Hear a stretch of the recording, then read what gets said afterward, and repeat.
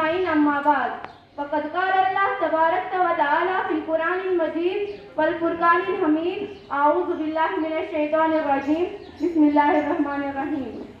मोहतरम प्रिंसिपल साहिब, दीगर उस्ताद किराम, मेरे प्यारे हम सफर साथियों, अस्सलामु अलैकुम व रहमतुल्लाहि। मुअज़्ज़ज़ सामीन और सामियात, लिबास हमारे मुआशरे का एक बहुत बड़ा मसला बनता नजर आ रहा है। आज मुसलमान ख़वातीन इस्लामी लिबास से दूर होती जा रही है। यही वजह है कि आज हिजाब पर भी उंगलियां उठने लगी। पर्दे की अहमियत को समझो, क्योंकि पर्दे में वही चीज होती है जो चीज इज्जत के काबिल होती है, जो चीज कीमती होती है, और मज़हब इस्लाम में औरत की इज्जत बहुत ही कीमती चीज है। यही वजह है कि उसको पर्दे में रहने की तलक़ीन की गई। इस्लाम की मुक़द्दस शहज़ादियों, सईदा फातिमा की कनीज़ों, तुम्हारा जिस्म बहुत ही नाजुक है, तुम बहुत कमजोर हो, तुम्हें ज़मीन नाजुक कहा जाता है।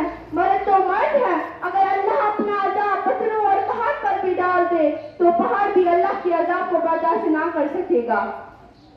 मेरी बहनों, तुम अल्लाह के अज़ाब को कैसे बर्दाश्त कर सकोगी? तुम्हारा ये नाजुक वजूद अल्लाह के अज़ाब को किस कदर बर्दाश्त करने की ताकत रखता है? जरा सोचो तो सही। आज तो तुम अपने हुस्न की नुमाइश कर रही हो। आज तो बारीक और पतले कपड़े को पहनकर अपने हुस्न को दुनिया के सामने जाहिर कर रही हो। क्या तुम्हें डर नहीं लगता? तुम्हारा हुस्न ज्यादा दिन तक तुम्हारे पास नहीं रहेगा। जवानी कितने दिन के लिए आती है? जवानी आती है खत्म होने के लिए। ज्यादा से ज्यादा जवानी तुम्हारे पास 10 से 15 साल तक रहने वाली है। अपनी जवानी की उम्र में तुम अपने हुस्न की नुमाइश कर लो। इसके बाद क्या होगा? जिस हुस्न की तुम नुमाइश कर रही हो, ये तुम्हारा खूबसूरत चेहरा तुम्हारे चेहरे को कब्र की कीड़े खा जाएंगे। अपने आंखों में काजल लगाकर बार बार शीशे को देखती हो कि मेरी आंखें कितनी खूबसूरत है, मेरा चेहरा कितना खूबसूरत है। और नादानो, तुम्हारे खूबसूरत चेहरे की क्या हकीकत है? अगर तुम्हारे चेहरे पर चंद फंसियां निकल आए तो तुम्हारी तरफ निगाह उठाकर कोई नहीं देखता।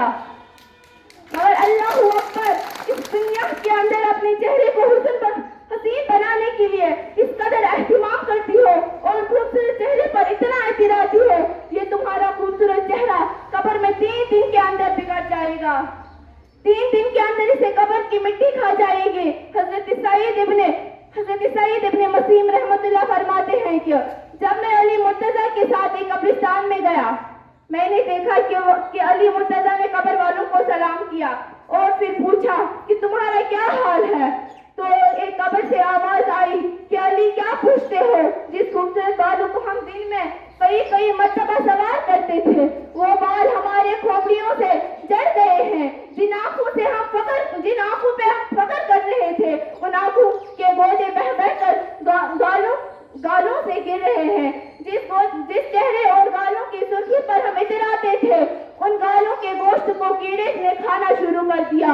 और जिस जिस्म पर हम परफ्यूम लगाकर अतर लगाकर दुनिया के सामने फख्र महसूस करते थे, इस जिस्म को सांप डस रहे हैं।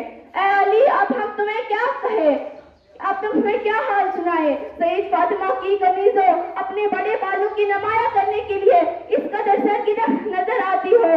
बाल तुम्हारी कब्र में जड़ जाएगी, तुम्हारी आंखें उसे कब्र की बिच्छू खा जाएंगी। और अल्लाह के रसूल तो यहाँ तक फरमाते हैं कि आज की औरतें अपने हुस्न का गलत इस्तेमाल करके कभी किसी गैर मुहर्रम अजनबी लड़कों से दोस्ती करती नजर आ रही है। और ये मुअज़्ज़ज़ आज फैशन बन गया है, इसे और ऐब नहीं समझा जाता है। लड़कियां और औरतें कान खोल कर सुन ले, जो मर्दों से ताल्लुकात कायम करती हैं और गैर मर्दों से ताल्लुकात कायम करती हैं। ताल्लुकात कायम करना तो बहुत बड़ा जुर्म है।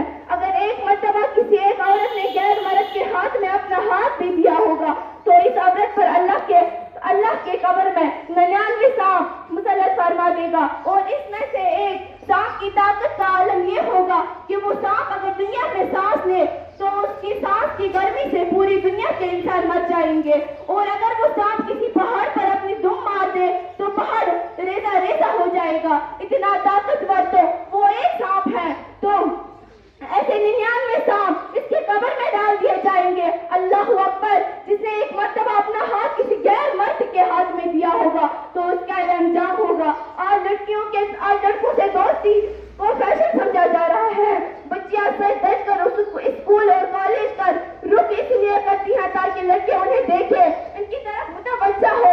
اللہ کے رسول نے فرمایا کہ میں نے معراج کی رات ایک منظر دیکھا کہ آگ کی کینچی سے کچھ عورتوں کے چمڑے کاٹے جا رہے ہیں, ان کے جلد کاٹے جا رہے ہیں. جن خواتین یا لڑکیوں کا آپریشن ہوا ہے یا جنہوں نے آپریشن کے بارے میں کسی سے سنا ہے تو انہیں یہ معلوم ہوگا کہ جب کسی کی جلد ڈاکٹر کاٹتا ہے, کسی کے چمڑے کو کاٹ کر اس کا آپریشن کرتا ہے تو اسے پہلے بے ہوش کرتا ہے اور پھر ہلکے ہلکے ہاتھوں سے کاٹتا ہے, اور پھر جب ہوش آتا ہے تو انسان کتنا تڑپتا ہے, کتنا بے چین ہوتا ہے, اور بہت احتیاط کے ساتھ اگر اسے بے ہوش کر کے انسان کی جلد کو کاٹا جائے تو انسان اس قدر تڑپتا ہے کہ برداشت نہیں کر سکتا.